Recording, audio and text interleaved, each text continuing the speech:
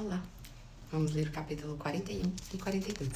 São só duas histórias. O capítulo 41 inteiro conta os sonhos do faraó, do versículo 1 ao versículo 57.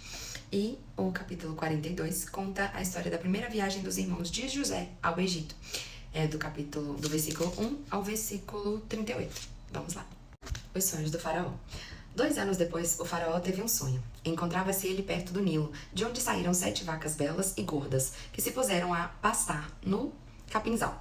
Mas eis que saíram em seguida do mesmo Nilo 7 outras vacas, feias e magras, que vieram e se puseram ao lado das outras na margem do rio. As vacas feias e magras devoraram as 7 vacas belas e gordas, e o faraó despertou. Adormeceu de novo e teve outro sonho. 7 espigas grossas e belas saíram de uma mesma haste, mas eis que em seguida germinaram 7 outras espigas magras e ressequidas pelo vento do oriente, e as espigas magras devoraram as 7 espigas gordas e cheias. E o faraó despertou. Era um sonho. Chegada a manhã, o faraó, com o espírito preocupado, mandou chamar todos os mágicos e sábios do Egito.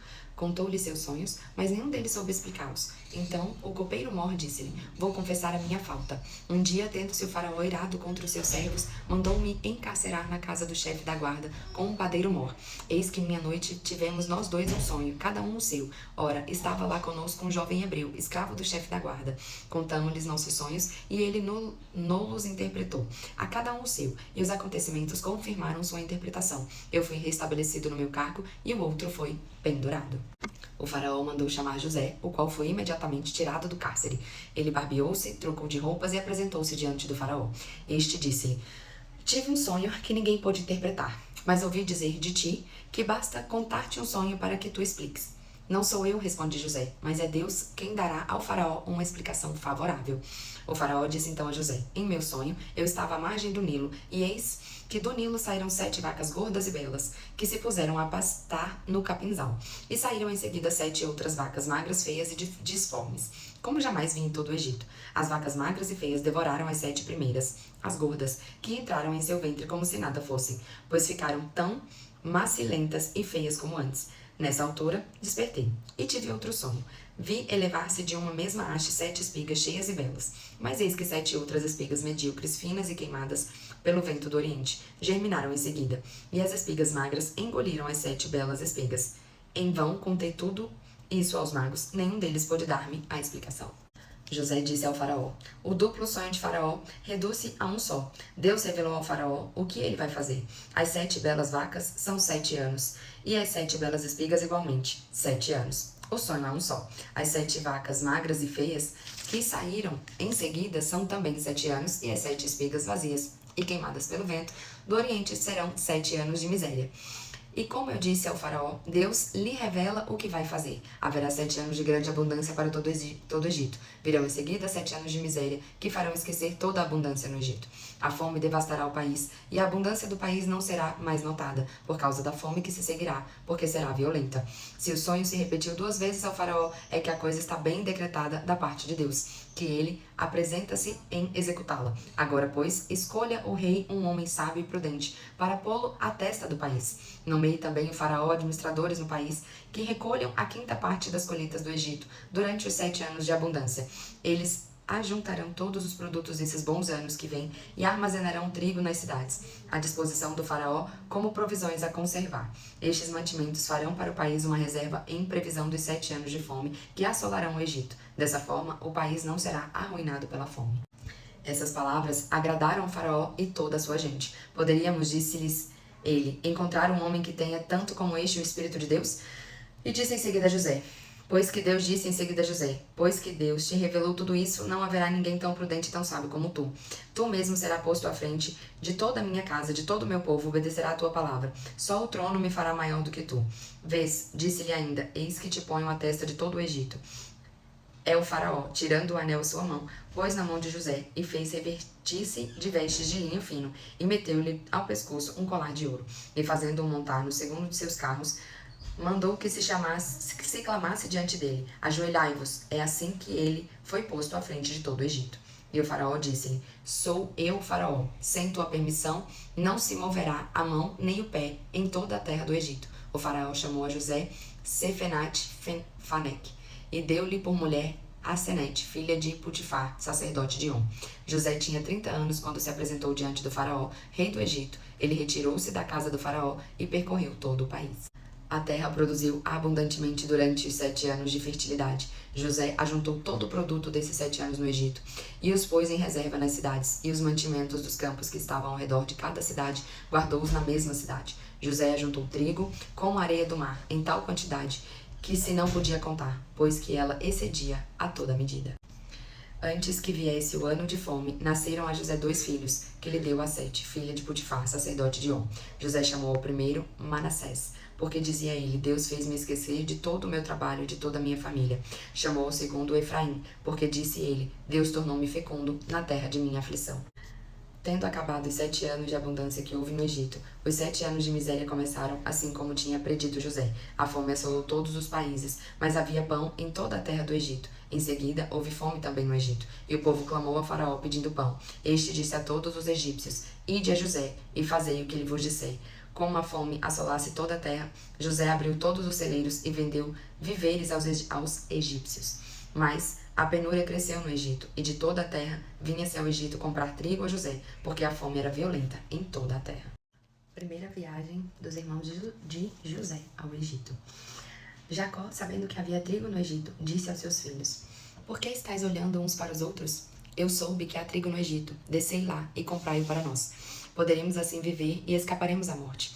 E os 10 irmãos de José desceram ao Egito para comprar trigo. Jacó não deixou partir com seus irmãos Benjamim, irmão de José, com medo, pensava ele, de que lhe acontecesse alguma desgraça.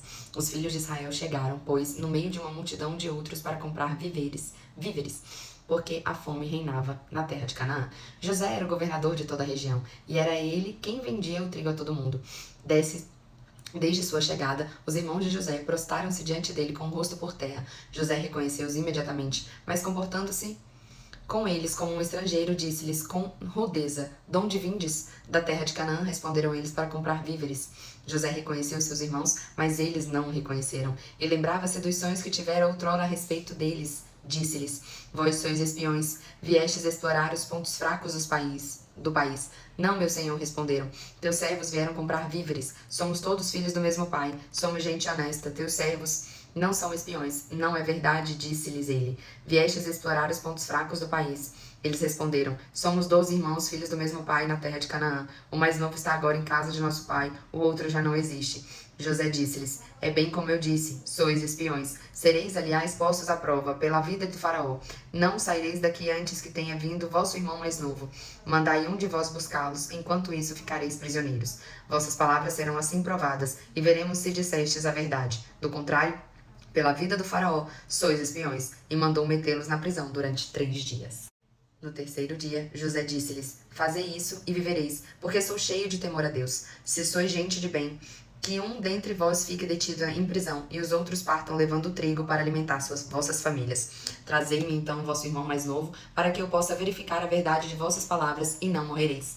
Foi o que fizeram. Disseram uns aos outros: Em verdade somos culpados pelo crime cometido contra nosso irmão, porque víamos a angústia de sua família quando ele nos suplicava, e não o escutamos. Eis porque veio sobre nós essa desgraça. Não vos tinha eu dito, disse-lhes Rúben, para não pecardes contra o menino? Não quiseste ouvir-me, e eis agora que nos é reclamado seu sangue. Ora, não sabiam que José os compreendia, porque lhes tinha falado por meio de um intérprete. E José afastou-se deles para chorar. Voltou em seguida e falou-lhes, e escolheu Simeão, ao qual mandou prender na presença deles. José ordenou depois que se enchesse de trigo seus sacos, e que se pusesse o dinheiro de cada um em seu saco de viagem, e também que se lhes desse provisões para o caminho. Assim foi feito. Eles carregaram o trigo sobre os seus jumentos e partiram. Na estalagem, abrindo um deles o seu saco para dar de comer ao seu jumento, viu que o dinheiro estava lá na boca do saco. Devolveram-me o meu dinheiro, disse eles aos seus irmãos. Ei-lo aqui, o meu saco. Desfaleceu-lhes o coração, e tomados de espanto, disseram uns aos outros: Que é isso que Deus nos fez? Voltaram para junto de Jacó, seu pai, na terra de Canaã, e contaram-lhe nesses termos tudo o que lhes tinha acontecido. O homem que governa o país nos falou asperamente e nos tomou por espiões. Dissemos-lhes que éramos gente honesta e não espiões, que éramos 12 irmãos, filhos do mesmo pai, dos quais um já não existia mais e o mais novo estava no momento com nosso pai na terra de Canaã. O governador do país disse-nos: Por isso Reconhecereis que sois gente de bem. Deixai junto de mim um de vossos irmãos, levai o trigo que precisais para alimentar vossas famílias e parti. Vós me conduzireis, então, vosso irmão mais novo. Assim, saberei que não sois espiões, mas gente honesta. Eu vos devolverei, então, vosso irmão, e podereis negociar no país. E, esvaziando os seus sacos, eis que o pacote de dinheiro de cada um se encontrava no seu saco. Quando eles e seu pai viram seu dinheiro, tiveram medo. Jacó disse-lhes: Vós me tirais os meus filhos. José já não existe, Simeão tampouco. E quereis me tomar ainda Benjamim? Tudo vem cair sobre mim. Rúben disse-lhe: Tira a vida aos meus 2 filhos. E se não te reconduzir Benjamim, confia-o a mim. Eu o trarei de volta. Meu filho, tornou Jacó, não descerá conosco, porque seu irmão morreu, e só resta ele. Se lhe acontecesse um acidente nesta viagem que ides fazer, fareis descer os meus cabelos brancos à habitação dos mortos, sob o peso da dor. Bom, minha interpretação, né? Quando José explica os sonhos ao padeiro Mor e ao copeiro Mor, no final desse capítulo 40, o padeiro Mor esquece, o copeiro Mor esquece dele. Porém, depois, conversando com o faraó contando, né, seu sonho, aí ele acaba por lembrar de José. Por quê, gente? Porque José é muito abençoado por Deus. E Deus não esquece de José e utiliza dos seus outros servos para estar seguidamente abençoando José. Fez com que José chegasse ao faraó e se tornasse governador do Egito. E, como diz o ditado, o mundo ele não dá voltas, ele capota. O que aconteceu? Deus, mais uma vez, cumprindo com as suas promessas, né, por meio de sonhos. Os irmãos de José foram até ele necessitados. José socorreu, sem pegar retorno, porque devolveu o dinheiro. E agora, seu pai, com medo de perder mais um filho, porque acredita ter perdido José, aparentemente, Jacó está indo ao encontro do filho José. Será? Como será esse encontro? Será que Jacó vai reconhecer o filho? O filho, com certeza, vai reconhecer o pai. Mas será que o pai vai reconhecer o filho? Porque os irmãos não reconheceram. Veremos amanhã.